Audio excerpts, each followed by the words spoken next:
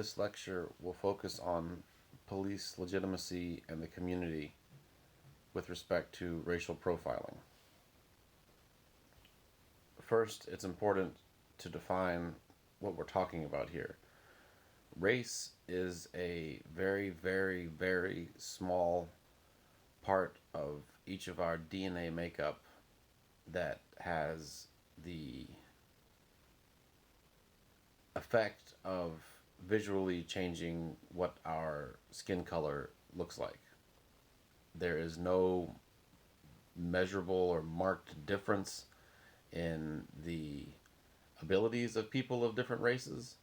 It's just a very, very small part of what makes us up that is unfortunately extremely visible and has been a factor that people of many civilizations have keyed in on as a way to classify people, but it has no effect on an individual's ability to do anything. It's just something that has been a social factor that has been a source of much oppression, violence, and war throughout human history. Ethnicity is the cultural aspects that make people who they are. It's their sort of maxim of the world, their viewpoint, their religion, their social influences. It's dozens and dozens and dozens of factors. It's the sort of cultural passage of what makes people who they are. Much like with the difference between police brutality and unnecessary force, there is a distinction between discrimination and disparity. Disparity would be akin to excessive force by police. There's no intent. It's just that certain areas of a city, basically what we're talking about with police services, certain areas of a city receiving differential treatment due to a lack of resources, a lack of understanding about what resources are needed in a particular area, but there is no malicious intent. There's no intent to deprive a particular racial or ethnic group of police services. Discrimination is like police brutality. There is an intent to deprive people of services based on their racial group, their ethnic group, their socioeconomic status is another common one that sort of gets lost in a lot of the talk about racial profiling. But socioeconomic status is a very important factor when determining is discrimination happening in a particular area. So again, discrimination has an intent to underserve a population or potentially to basically to underserve them with justice. So either too much enforcement, not enough enforcement. Discrimination is typically looked at occurring on a continuum inside a police force. The first level would be that the police force itself is discriminatory, systematic discrimination that's occurring at all levels against people of a particular racial group. The second level is where discrimination is visited upon people that already have some type of institutionalized status, ex-convicts, people that are known to be criminal elements. The third is contextual, where the discrimination is only taking place in a within a small subset of a population or based on environmental circumstances. Fourth is when individual actors in the department are engaging in acts. for no reason, no departmental reason. It's just their own personal discriminatory behavior. And the last is when there isn't discrimination taking place in the police department.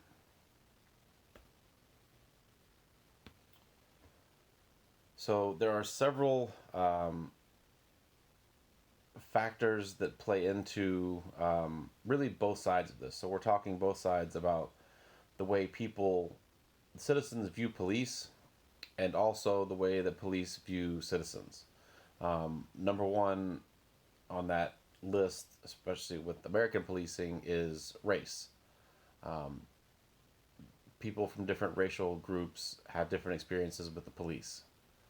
Um, those groups have made part of their ethnicity, their culture, sort of sharing those experiences with those differential experiences with the police. At the same time, police coming from those different racial backgrounds have somewhat of a unique perspective on the whole system. So they see the system from both sides. So again, we're looking at this from both perspectives. Additionally, people of different biological sexes have different experiences with the police, particularly with reporting types of crimes or potentially being the victim of harassment. And again, that is visited on both sides. We talked about before the struggles that women have had breaking into the career in the field of policing. Citizens face some of those same um, those elements of toxic masculinity, where they are potential victims of harassment. Additionally, people of different ages have different experiences with the police. And again, we've also talked about the issues generationally associated with police of different ages. Police officers, older police officers having different perspectives than younger police officers. Sometimes that can be beneficial. Sometimes it can be problematic if you can't teach the old dog new tricks and things like that. Younger people tend to have more contact with the police. We've talked about the age crime curve in the past before. So, people from 15 to 21 are in that sort of peak crime committing area.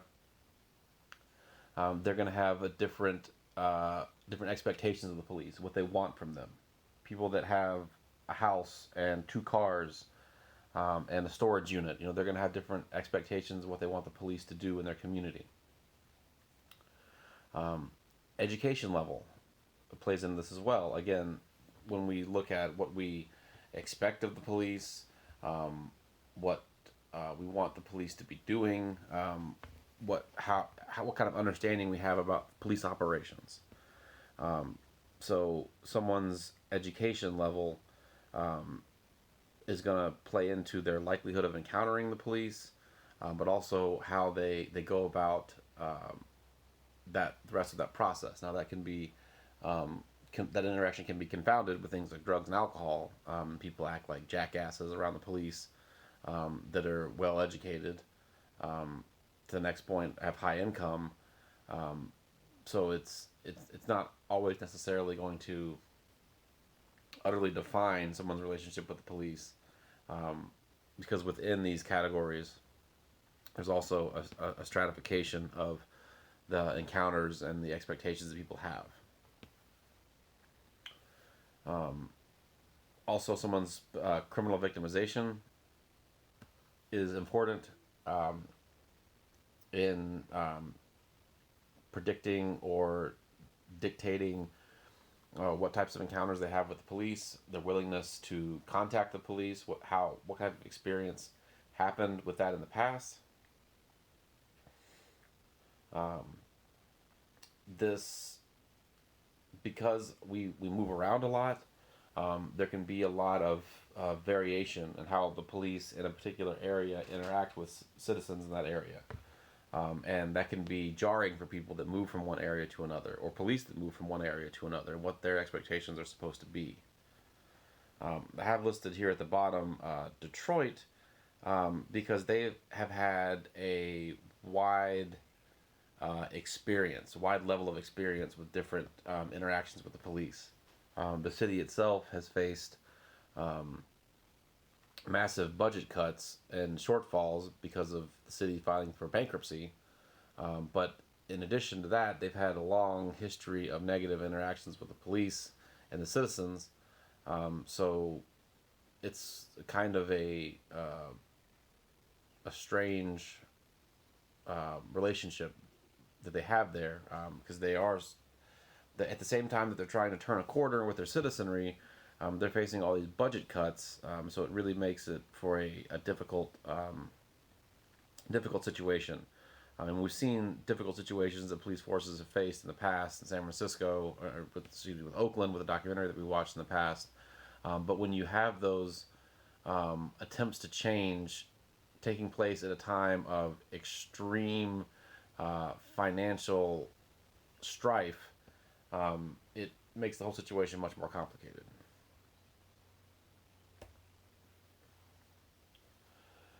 Uh, People again have differential experiences with the police, so their expectations of what the police are there to do, what they're going to do, might be very different. A lot of people are, worried about the police from a variety of reasons, uh, a variety of perspectives. Some of them are worried about having force used upon them. Maybe they've seen that happen. Maybe it's happened to them in the past. Some people just don't want to be hassled by the police. They don't want to be stopped for no reason. It's a very sort of jarring situation when you are first sort of have that illusion of the police shattered by the police engaging in maybe an unnecessary or discriminatory, or just again unneeded stop and frisk, and that's going to then affect your perception of the police, your willingness to engage in police services in the future, also your willingness to talk to the police. And we talked about it before. Police run on information, so if they've essentially pissed off everybody in the neighborhood, then no one's going to want to talk to them or give them information about future crimes that may take place. The occurrence of the hassling and the visible use of force has created a situation where there is a generational fear of police. Young people are taught to fear the police. They're taught to have this unhealthy fear of the police, and it's was sort of morphed out of having a respect for the police, but because the threat of the force being used, the threat of the constant hassling, is so real. People have taken it upon themselves to pass along that information, to make it a part of the ethnicity, that the cultural passage of information, and it's created a situation where people can't have a positive relationship with the police, because it's been told to them that the police are a threat, that they have internalized that, and in some cases it might be valid, that people have these fear of the police. They tell their children to have a fear of the police, because of negative interactions that they've had, but it's not productive. It might be based on real things that have happened, but it's not productive for anyone to harbor those opinions. Again, we have to sort of try to take steps to bridge this gap, instead of further doing things that are making that more and more difficult. But again, it takes steps on both sides, from the police and from the citizens.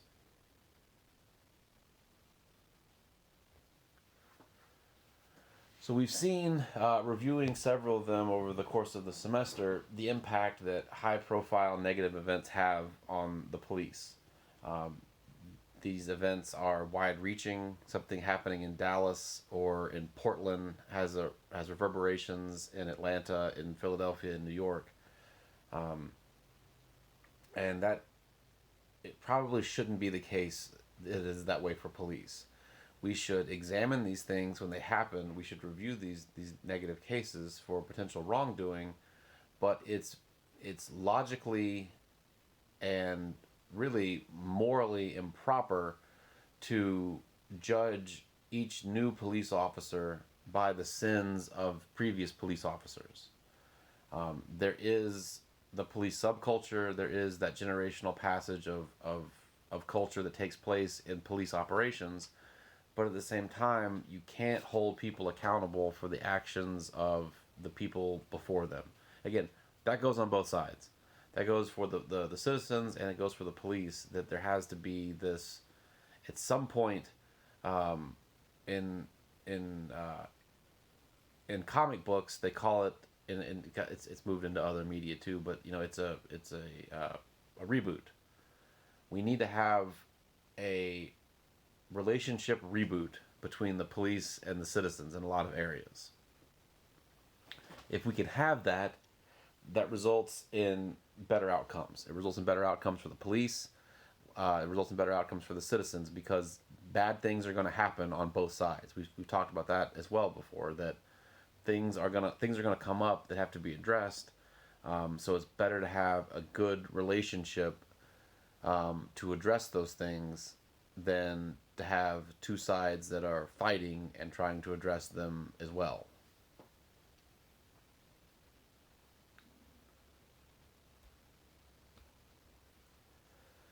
Much like with the operational dimension of trust that we talked about with police, it happens with both sides. It happens with police, and it happens with the citizens. So the citizens have certain expectations of the police. They want to know what the police's priorities are. They want the police to know what their priorities are.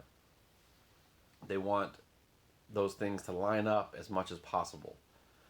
If the citizens are not concerned about a particular type of criminality, then it should be for the police to, in some situations, focus on other things first.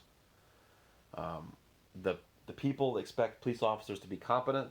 They expect them to be well trained, to a consistent standard. In modern times, again, that's something that's been born out of the professional era of policing and changing uh, training practices, improving them, improving educational levels of police officers. They expect them to be competent, be able to do their jobs. They expect them to be dependable. They expect them to be there when they are needed. They are expected to be there potentially when other professionals are not. The police are the first line of defense as the criminal justice system. Oftentimes, they're the last line of defense for government as well. So they're expected to do their jobs day in and day out. They're also expected to show respect for the community, but at this again at the same time, the community has to respect the police officers, and it's also important to note that respect is earned. Just putting on a badge does not mean that you have earned the respect of the community. So it takes steps on both sides for respect to be earned by the community and also by the police officers for the community members. There is no entitlement for respect in the world. People expect procedural justice. They expect a fair process. That even if it doesn't come out the way that they want it, if they get arrested at the end of the day, or they get a ticket at the end of the day, or they get told they have to leave somewhere, that they want the process to be fair. That's very important in the overall outcome, the relationship that people are going to have, the story that they're going to tell. Think about leaving reviews for online for restaurants that you go to online. Are you more likely to leave a review if you have a good meal or a bad meal? Right, a good meal, you just sort of pack it away and like, oh, that was good. Maybe you've left them a review in the past. But if something bad happens, if you have to talk to the manager, if you find a band-aid or a booger in your food, you're going to be more likely to tell more people about that. So the criminal justice system is the same way. You have to have that fairness that people perceive is equitable across the whole um, the whole process. If people feel the process is fair, they're much more likely to um, they're much more likely to respect the process and have a overall sort of positive customer service experience. This process is often made difficult for the police, and the citizens too, and it's the idea of selective contact.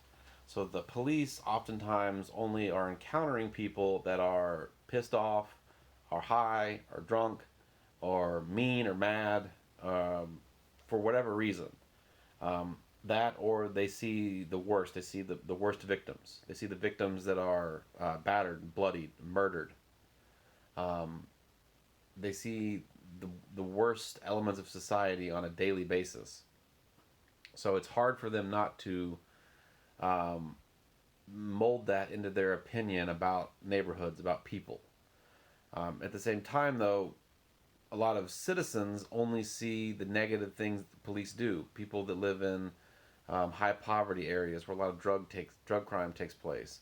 They see the police come in armored personnel carriers, pointing rifles everywhere, pulling community members out, and they've seen them do this for 40 years. So they have selective contact as well. So there's kind of a misrepresentation on both sides about what the other is actually doing, what they want them to be doing, what they should be doing. So again, it's part of that problem that we're not really the sides aren't really talking to one another, because they think that they have the score by now. They know what um, they know what one side's going to do, because they believe that their knowledge of the past and the actions that have taken place in the past equip them to predict the future. There are several aspects of police operations that have contributed negatively to this issue. Um, we've seen a lot more focus on police related killings over the last 5 to 10 years. The rate that those are taking place has not really gone up. It's just that they've seen a lot more public attention. But there is those things are always going to take place. There are going to be instances where the police have to use deadly force, and those things should be investigated very thoroughly when they take place.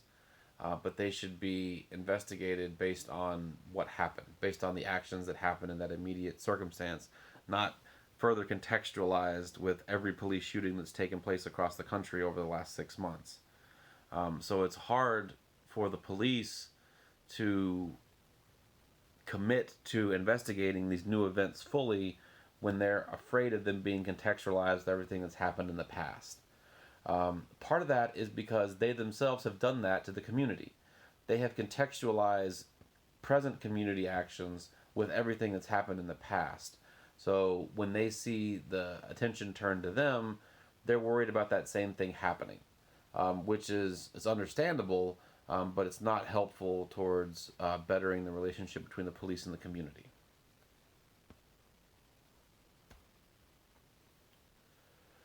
Some other sort of more commonplace issues that come up rather than the police using violence against community members are things like stop and frisks, field interrogation, searches. Particularly, we've seen that be a very big problem in major urban cities, particularly in New York, where you see the vast majority of people that are stopped by the police doing these field interrogations are non-white community members. It's also important to understand the role that stereotypes have in police perceptions. Again, it's almost impossible to have individuals cast aside all stereotypes that they have for all racial, ethnic groups. Um, Stereotypes are when someone takes the actions of an individual in a group and applies that to the larger group. It's just basically a logical fallacy that you're taking a small a behavior that's exhibited by a individual or a small subset of the population and attributing that to all individuals. But that's kind of what it kind of runs up against, that sort of selective perception, selective contact that we have with the police, where they're doing a different sort of type of stereotyping, but they have to avoid that when they're talking about new situations that are taking place. Um, to that point, it's also very important that police officers refrain from engaging in verbal abuse, racial abuse, ethnic slurs, even if they have the appropriate race card to use that. If they're using pejoratives, racial slurs based on their own racial group or ethnic group, it's still problematic to see the police officers doing that. It's giving further power to the words, and there are better ways the police should be handling interactions with the community and things like that. The police have to hold themselves to a higher standard, even if they are being, um, you know, have those words used against them by community members. They're supposed to hold themselves to a higher standard. Um, the issue of racial profiling, and we sort of talked about a lot of the things that go into that throughout today, but it is a major problem because it doesn't have any impact on someone's likelihood to commit crime. There are, statistical elements in crime trends and crime rates when we look at official statistics, because of the way the criminal justice system has been used, because we focus on these high minority areas. We focus on those community members, um, and it makes it more likely that they're going to show up in these statistics, which then are used to reinforce these negative behaviors that result in this cyclical racial profiling. And there's no sociological basis for it. It's only based on our selective enforcement, a selective use of the criminal justice system, that has created a situation where we look at a particular group now as criminal. And it's something that the police are going to have to completely rethink in this relationship reboot that we're going to conduct. All of you future criminal justice professionals, we're going to have to realign what the police's perception of a criminal is. Who are the criminals? There's not an answer for that. There's not an answer for a particular racial group or ethnic group that is a criminal. A criminal is someone that commits a crime, but you can't know who that's going to be just based on observable demographics. It takes more than that. So think about these slides, what we talked about. Think about them in the context of what we've learned previously about police, the use of force, effects of education, also the relationship with the community, and also think about your own personal experiences that you've had with the police and how those interactions have lined up with or haven't lined up with what we talked about today. And also think about how these things applied during your police ride-alongs, if you have done those.